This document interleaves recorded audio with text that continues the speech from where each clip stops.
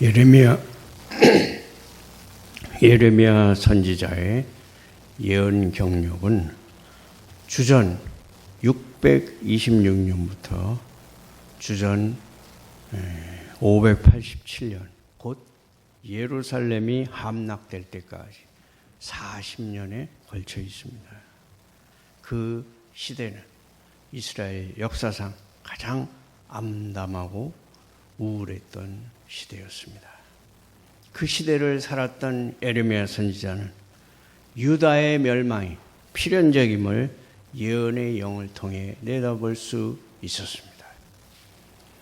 그러한 상황 가운데 그는 먼저 범죄하는 백성들과 정치, 종교 지도자들에게 심판의 당위성을 선포하고 있습니다.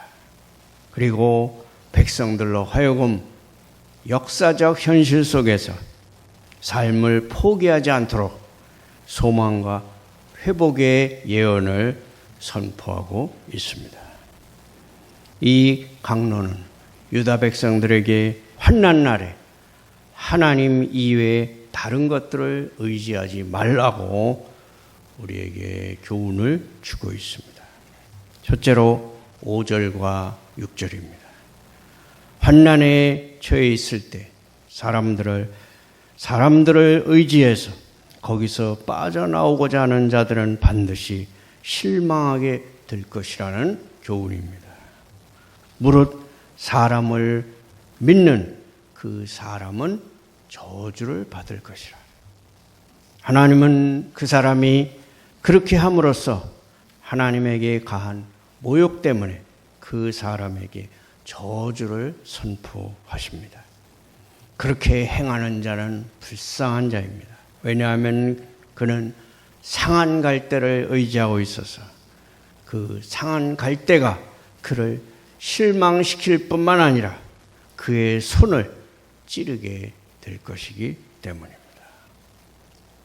우선 여기에 단죄되고 있는 죄가 있습니다. 그것은 사람을 믿는 것, 즉 오직 하나님에게만 돌려야 할 지혜와 능력, 자비와 신실을 특정한 사람에게 돌리고 그 사람들을 의지하며 하나님의 섭리의 손길 속에서 도구에 불과한 사람을 마치 무엇이라도 할 수 있는 자인 것처럼 여겨서 기대하고 우리의 모든 것을 맡기는 것입니다. 그것이 육신으로 힘을 삼는 것입니다. 이 사람의 마음 태도는 실상 하나님을 아무것도 아닌 것으로 여기는 것입니다. 그것은 오히려 하나님을 무시하는 죄악입니다. 하나님은 그의 백성의 팔입니다. 우리는 하나님이 우리의 팔이 되어주시는데도 피조물을 우리의 팔로 삼을 생각을 아예 하지 말아야 합니다. 사람을 육신이라 표현하는 것은 사람을 믿고 의지하는 자들의 어리석음을 보여주기 위한 것입니다. 사람은 육신이고 뼈나 힘줄도 없는 육심처럼 약해서 그 속에 힘이 전혀 없습니다. 사람은 죽은 것이나 다름없는 영 없는 육신처럼 무기력해서 아무 일도 하지 못합니다. 사람은 육심처럼 죽을 수밖에 없고 지금도 죽어가고 있는 존재로서 끊임없이 소모되어 가다가 결국에는 썩어 부패하고 맙니다. 그리고 이 죄 속에서는 커다란 악이 있습니다. 그것은 불신앙이 악한 마음을 품고 살아계신 하나님을 떠나는 것입니다. 하나님을 의지하는 자들이 설령 입으로는 하나님을 가까이하고 입술로는 하나님을 공경하며 하나님을 그들의 소망이라고 부르고 그들이 하나님을 믿고 의지하노라고 말할지라도 실제로 그들의 마음은 하나님을 떠난 것입니다. 그들은 하나님을 불신하고 멸시하며 하나님과의 교통을 거절합니다. 이 죄에는 치명적인 결과들이 있습니다. 사람을 의지하는 자는 자신에게 사기를 치는 것입니다. 왜냐하면 그는 사막의 떨기나무, 곧 불모지에서 자라나 수액도 없고 아무데도 쓸데없는 관목 같을 것이기 때문입니다. 그의 위로였던 것들은 모두 그를 실망시킬 것이고 그의 소망이었던 것들은 헛된 것들이 되고 말 것입니다.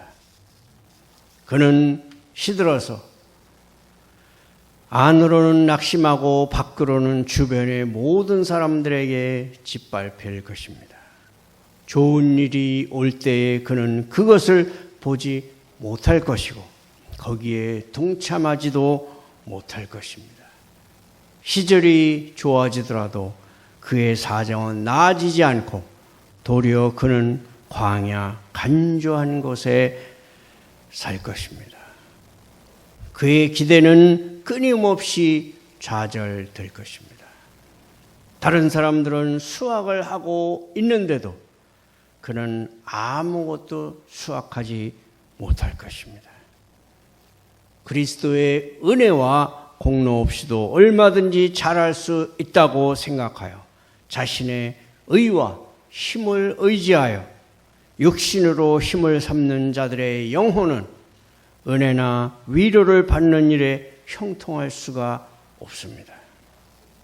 그들은 하나님이 기뻐 받으시는 섬김을 행하는 데에서 오는 열매들을 맺을 수 없고 하나님으로부터 구원의 축복에서 나오는 열매들을 거둘 수 없습니다.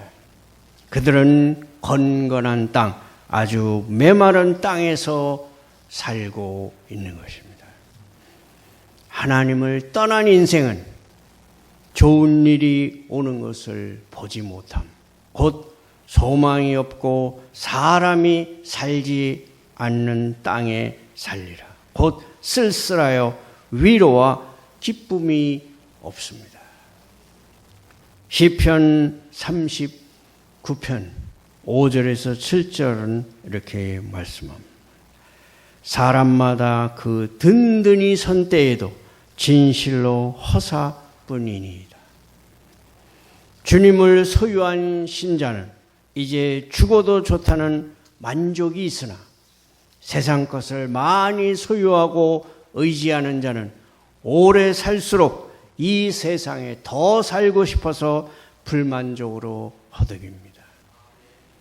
하나님을 떠난 사람은 소망 없는 고독을 영원한 분깃으로 가집니다. 하나님을 모신 자에게는 고독도 유익하나 하나님을 떠난 자의 고독은 위로와 기쁨이 없는 영원한 무적양입니다.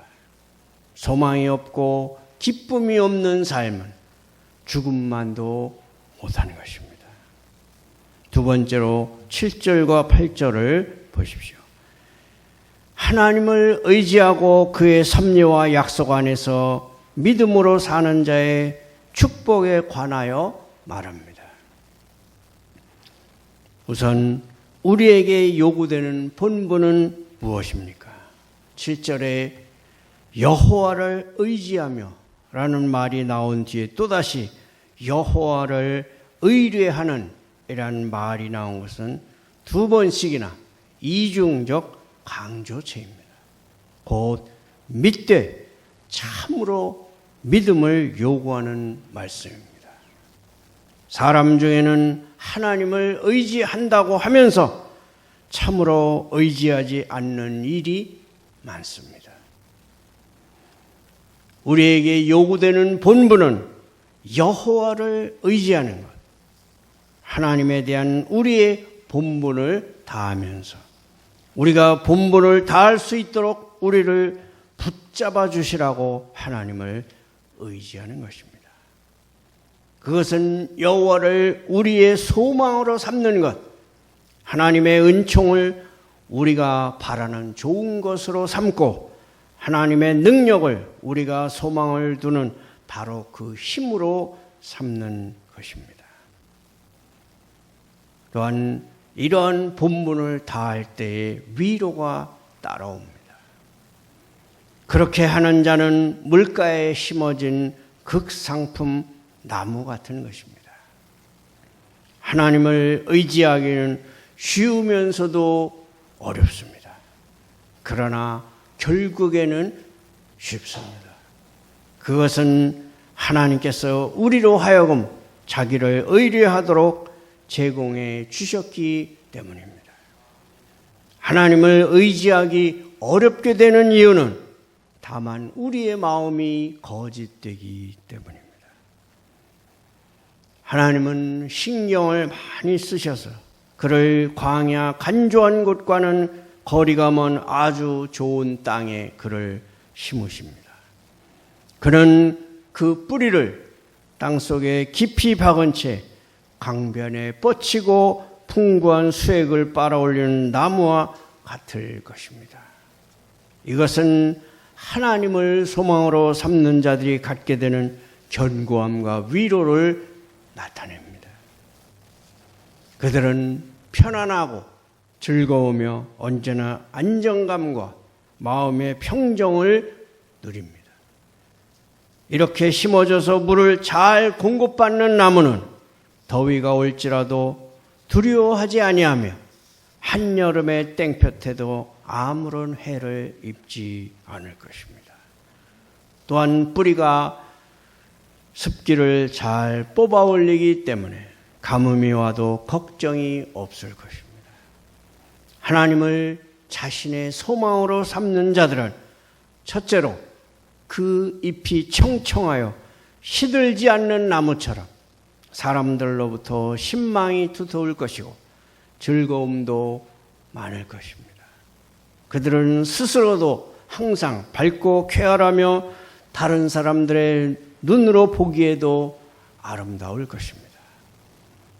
하나님께서는 이렇게 그를 의지하여 그에게 영광을 돌리는 자들을 영화롭게 하실 것이고 항상 푸른 상록수처럼 그들이 사는 곳에서 자랑거리와 기쁨이 되게 하실 것입니다. 둘째로 내면에서 견고한 평안과 만족을 누릴 것입니다. 그들은 비가 오지 않아 가무는 해도 걱정이 없을 것입니다.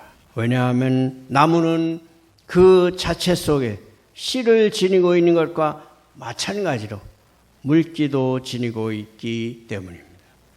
하나님을 자신의 소망으로 삼는 자들은 피조물들이 주는 온갖 위로들이 없어도 그런 것들을 보충해 주고도 나음이 있는 그런 위로를 하나님 안에서 누리게 됩니다. 또한 우리의 본분을 다할 때 우리는 거룩함과 온갖 선한 일에서 풍성한 열매를 맺을 것입니다.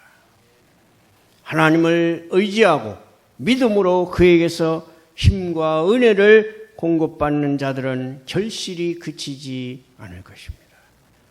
그들은 하나님의 영광, 다른 사람들의 유익, 그들 자신의 유익이 되는 일들을 할 수 있는 힘을 계속해서 공급받게 될 것입니다.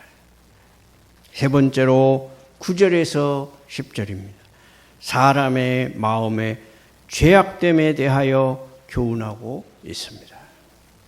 사람은 부서지기 쉬운 연약한 존재일 뿐만 아니라 거짓되고 속이는 존재이기 때문에 사람을 의지하는 것은 어리석은 짓입니다. 우리는 우리가 하나님을 믿으니 약속된 축복들을 받을 자격이 있다고 생각하기 쉽습니다. 세상의 원인들이 어떠한가에 따라서 우리의 소망이나 걱정이 생겼다 없어졌다 하는 우리의 모습을 통해서 우리가 실제로 하나님을 의지하지 않는다는 것이 명확히 드러났는데도 우리는 우리가 하나님을 의지하고 있다고 생각합니다. 이것이 우리의 마음이 우리를 속이는 것입니다. 사람의 마음은 만물보다 거짓되고 심히 부패했다고 성경은 말씀합니다. 마음이 거짓되다는 것은 특히 마음의 온갖 거짓과 악, 그 모든 타락한 꾀, 욕구, 의도에 대하여 진실입니다. 하나님은 그러한 것들을 눈여겨보며 분별하고 계십니다. 하나님은 우리 마음의 은밀한 행위에 대하여 판단하십니다. 또한 사람의 마음은 심히 부패했다고 말합니다. 우리 마음 속에는 우리 자신이 알지 못할 뿐만 아니라 거기에 있으리라고는 꿈에도 생각하지 못했던 그런 악이 자리 잡고 있습니다. 부패하고 타락한 상태에서 사람의 마음, 사람의 양심은 만물보다 거짓됩니다. 원어의 원래의 의미는 그것은 계략을 써서 넘어뜨리려고 하는 성향을 지니고 있다는 뜻입니다. 사람의 마음은 악을 선이라 하고 선을 악이라 하며 무엇이든지 실제와 다르게 곡해하고 평안을 누릴 자격이 없는 자들에게 평안이 있을 것이라고 큰 소리 칩니다. 사람의 마음은 사람을 속여서 파멸에 빠뜨립니다. 사람의 마음이 얼마나 악한지 누가 설명할 수 있겠습니까? 그러나 하나님은 사람의 마음 속에 어떤 악이 있는지를 보시고 아시며 완벽하게 알고 계셔서 줄줄이 다 꿰고 계십니다. 나 여호와는 심장 곧 마음을 살핀다.